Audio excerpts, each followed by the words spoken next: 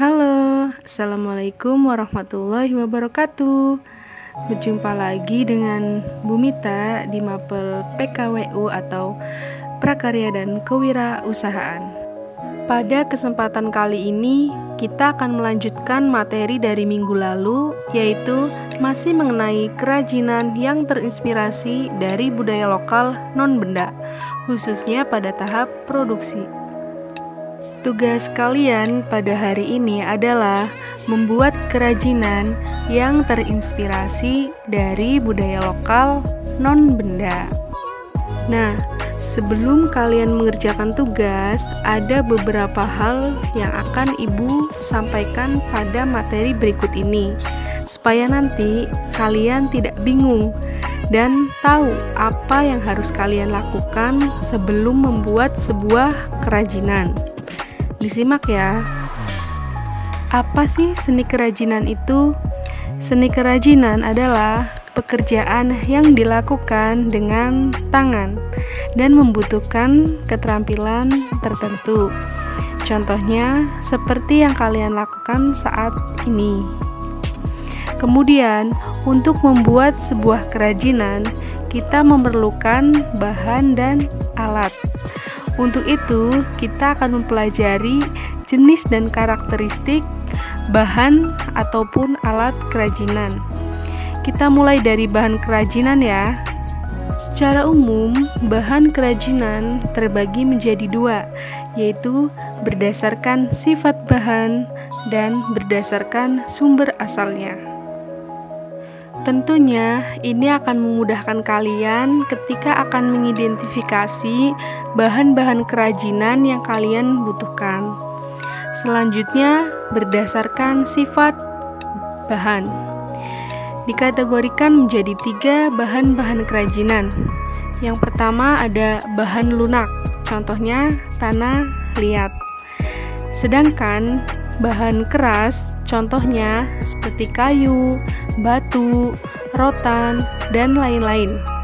Untuk yang terakhir ada bahan semi keras, contohnya ada gabus, kain, dan lain-lain.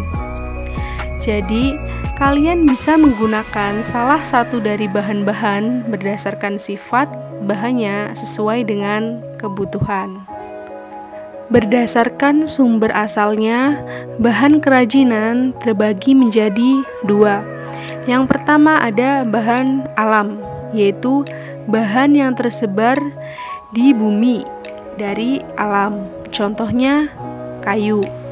Sedangkan bahan buatan adalah bahan yang terbuat dari reaksi kimia, bukan berasal dari alam. Contohnya emas, logam mulia, dan lain-lain. Sekarang kita beralih ke jenis dan karakteristik alat. Secara umum, ada 6 jenis alat berdasarkan karakteristiknya, yaitu alat pemotong, alat pemukul, alat perekat, alat penjahit, alat pemahat, dan yang terakhir, alat pengukur. Nah, tidak semua alat ini digunakan dalam membuat satu produk kerajinan. Terkadang, kita hanya membutuhkan alat-alat tertentu sesuai dengan karakteristik alat tersebut dan juga kebutuhan saat membuat suatu kerajinan. Jadi, bahan dan alat yang digunakan untuk membuat produk kerajinan itu harus saling mengkombinasikan antara bahan dan alat, sehingga terwujudlah kerajinan yang kalian inginkan. Lalu, untuk teknik kerajinan ada beberapa teknik. Yang pertama, anyam, ukir atau pahat, cor, batik, tenun, dan lain-lain. Tetapi tidak menutup kemungkinan jika kalian menggunakan teknik lain untuk membuat suatu kerajinan ataupun kalian menggunakan teknik baru yang kalian temukan sendiri dalam membuat produk kerajinan tersebut. Tahapan membuat produk kerajinan supaya lebih mudah, silakan diperhatikan ya. Yang pertama yaitu menentukan bahan dan fungsi kerajinan. Nah, ini perlu kalian ingat ketika nanti membuat suatu kerajinan, ibu pasti akan bertanya, apa sih fungsinya kerajinan ini yang kalian buat? Jadi tidak asal-asalan hanya membuat kerajinan ya, tapi ditentukan juga bahan beserta fungsinya. Kemudian yang kedua ada menggali ide dari berbagai sumber. Ini masih berkaitan dengan materi minggu lalu. Ya, ketika kalian menentukan bagaimana inspirasinya. Yang ketiga ada membuat sketsa karya. Nah, ini akan memudahkan kalian ketika nanti membuat kerajinan.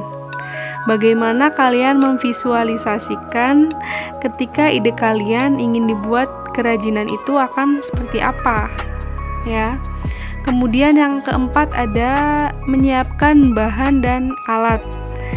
Tentu saja ya, kalian harus menyiapkan bahan dan alatnya. Yang kelima ada membuat karya kerajinan, ya. Jadi langsung kalian realisasikan, dibuat berdasarkan apa yang sudah kalian rencanakan. Yang terakhir ada mengevaluasi karya. Jadi ini sangat penting nih, ketika sudah dibuat dan selesai kerajinannya, kemudian kalian evaluasi, kira-kira sudah sesuai belum dengan apa yang kalian harapkan, ya, sesuai nggak sama fungsinya, kegunaannya, itu sudah seperti apa. Nah, itu adalah tahapan membuat produk kerajinan. Kedepannya, Ibu harap kalian dalam membuat suatu produk kerajinan itu dilakukan secara matang dan bersungguh-sungguh. Jadi nggak ada nih istilahnya kalian membuat produk kerajinan tersebut secara asal-asalan tanpa kalian tahu fungsi dan kegunaan produk kerajinan tersebut. Sebagai pengingat, untuk membuat kerajinannya harus dibuat berdasarkan inspirasi dari budaya lokal non-benda, seperti yang sudah kalian lakukan pada tugas sebelumnya. Kalau kalian lupa, apa saja sih budaya lokal non-benda itu? Boleh kok cari referensi di internet ataupun YouTube. Ya, supaya lebih mudah, Ibu ingatkan kembali, untuk membuat produk kerajinannya, itu cari dulu inspirasi dari budaya lokal non-benda yang bisa kita jadikan kerajinan. Seperti contoh yang sudah Ibu berikan minggu lalu, yaitu burung enggang. Nah, kira-kira dari budaya tersebut bisa dijadikan produk seperti apa ya? Misalnya nih, yang Bu Guru contohkan, jadi produk tote bag atau kaos. Tapi ini bisa disesuaikan dengan apa yang kalian bisa usahakan. Jadi buatlah produk yang semudah mungkin, tapi tidak asal-asalan membuatnya. Ya, kalian perlu usaha yang lebih, walaupun tidak perfect atau tidak sempurna, tapi intinya tunjukkan usaha terbaik kalian. Buatlah produk yang memang mudah untuk kalian mendapatkan bahan-bahannya di rumah. Seperti itu ya. Tugas kalian adalah mengambil 2 foto berupa foto sebelum atau before dan foto sesudah atau after saat kalian mengerjakan produk kerajinan tersebut. cukup 2 foto saja. Ketentuan dari 2 foto tersebut adalah untuk foto before, yaitu foto berupa alat dan bahan yang kalian butuhkan atau kalian gunakan untuk membuat produk kerajinan. Dan untuk foto after adalah foto kalian bersama kerajinan yang sudah selesai kalian buat. Ya, usahakan wajah kalian terlihat supaya ibu bisa memverifikasi, oh, bahwa ini kerajinan yang kalian buat. Untuk selanjutnya yaitu video. Apabila dari kalian ingin mengumpulkan hasilnya berupa video, itu boleh sekali, tapi ini tidak wajib ya, hanya untuk yang ingin saja.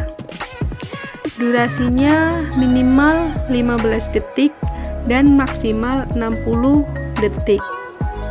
Untuk pengumpulan tugas, nanti ibu akan bagikan di Google Classroom masing-masing kelas ya. Jadi nanti sistematikanya seperti apa akan Bu Guru sampaikan di sana. Untuk pertemuan kali ini, ibu cukupkan. Bila ada pertanyaan, silahkan di kolom komentar. Oke, terima kasih banyak. Wassalamualaikum warahmatullahi wabarakatuh. Sampai jumpa lagi.